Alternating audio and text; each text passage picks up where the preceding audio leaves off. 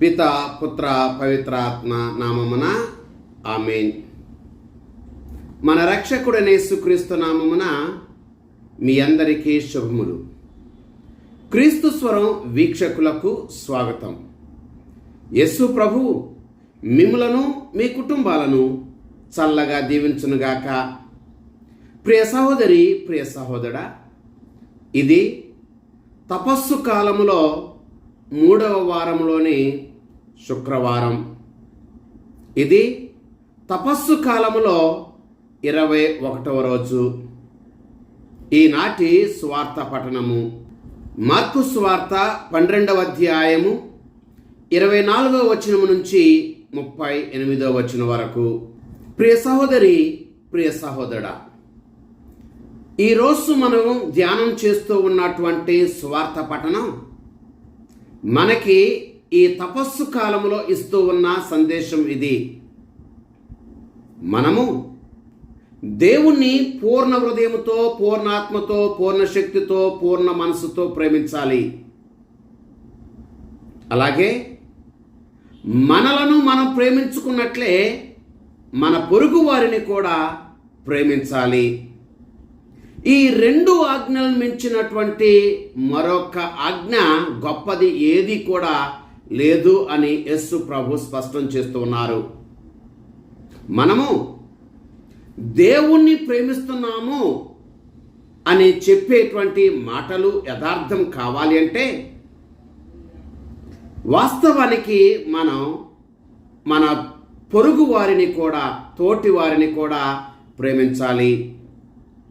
ప్రియ సహోదరి, ప్రియ సహోదరా, ఒక ఊరిలో 2 వ్యక్తులు ఉండేవారు. ఒక వ్యక్తి ప్రతిరోజు దేవాలయానికి వెళ్ళేవాడు.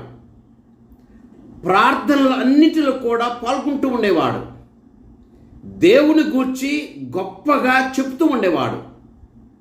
మరొక వ్యక్తి పేదలకు సహాయం చేస్తూ ఉండేవాడు. రోగుల్ని పరామర్శిస్తూ ఉండేవాడు, సేవలు చేస్తూ ఉండేవాడు. ఎవరికి వారే నేను గొప్ప అంటే నేను గొప్ప అని అనుకుంటూ ఉండేవారు. కానీ ఒక రోజున ఒక వృద్ధ సన్యాసి వాళ్ళిద్దరినీ కలిసి ఇలా చెప్పాడు: సోదర ప్రేమ లేనిదే దైవ ప్రేమ లేదు. దైవ ప్రేమ లేకుండా సోదర ప్రేమ మనకుండదు.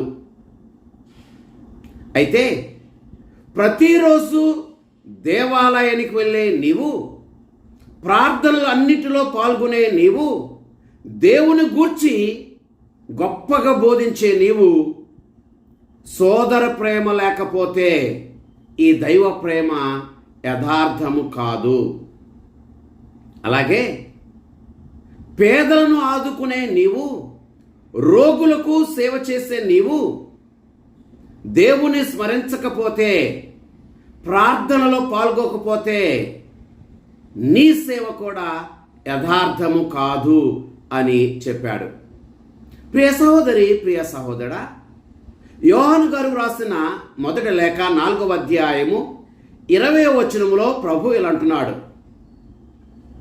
తన కంటికి కనిపించేటువంటి సోదరుని ప్రేమించకుండా కంటికి కనిపించనటువంటి దేవుని ప్రేమిస్తున్నాను అని చెప్పేవాడు అబద్ధికుడు అని, బోటకుడు అని, అసత్యవాది అని.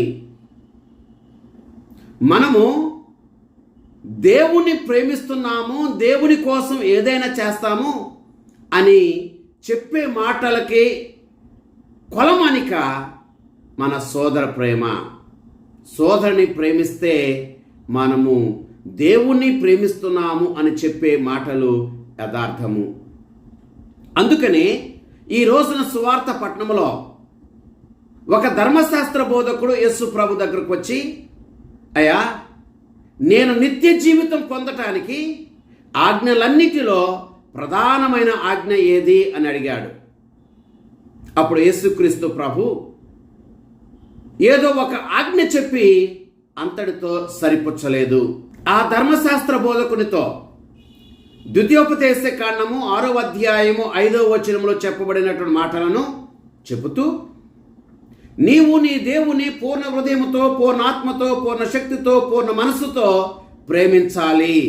ఇది మొదటి ఆజ్ఞ అని చెప్పాడు.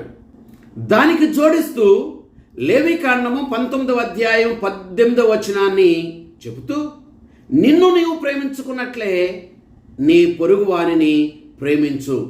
ఇది రెండవ ఆజ్ఞ.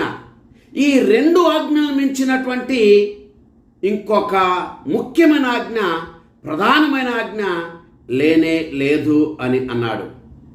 అనగా ఇక్కడ యేసు ప్రభు స్పష్టం చేసినటువంటి విషయం ఇది. మనం నిత్య జీవితం పొందాలంటే దేవుణ్ణి మనం ప్రేమించాలి, అలాగే మన తోటి వారిని ప్రేమించాలి. దీనిలో ఏది లోపించినా మనము నిత్య జీవితానికి అర్హులం కాలేము. కనుక దేవుని ప్రేమిస్తున్నాము అని ప్రతి ఒక్కరూ చెప్తాం. అలా చెప్పి మనమందరం మన పొరుగు వారిని ప్రేమిస్తున్నామా అన్న ప్రశ్న వేసుకుంటూ, దేవుని ప్రేమించే మనం మన పొరుగు వారిని కూడా ప్రేమిద్దాం. లూకాసు వార్త 10వ అధ్యాయము 33వ వచనము నుంచి 35వ వచనం వరకు మనం చూసినట్లయితే అక్కడ మంచి సమరయుని గూర్చి మనం వింటూ ఉన్నాం. మంచి సమరయుడు దైవభక్తి కలిగినటువంటి వ్యక్తి. ఆ వ్యక్తి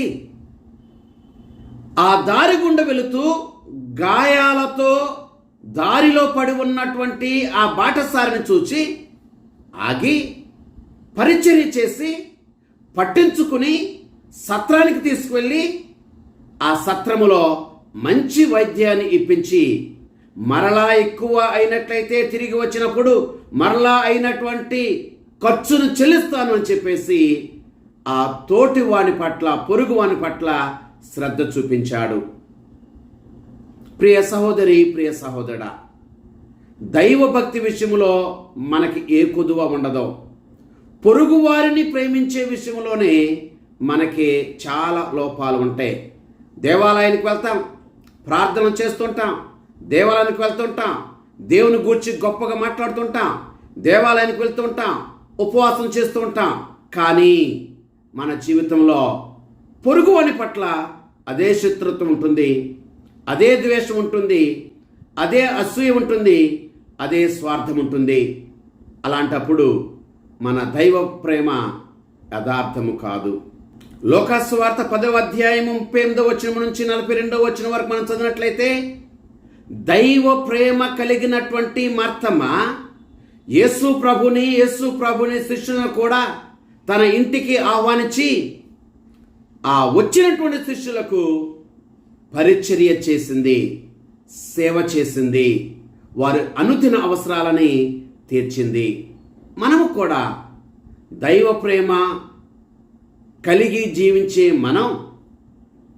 మనలో ఆ సోదర ప్రేమ ఉంటుందా?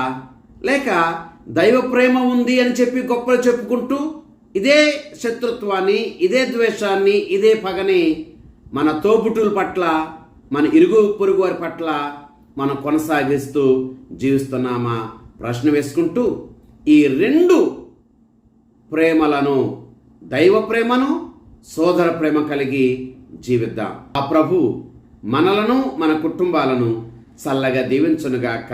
ఆమేన్. పితా, పుత్ర, పవిత్రాత్మ నామమున ఆమేన్.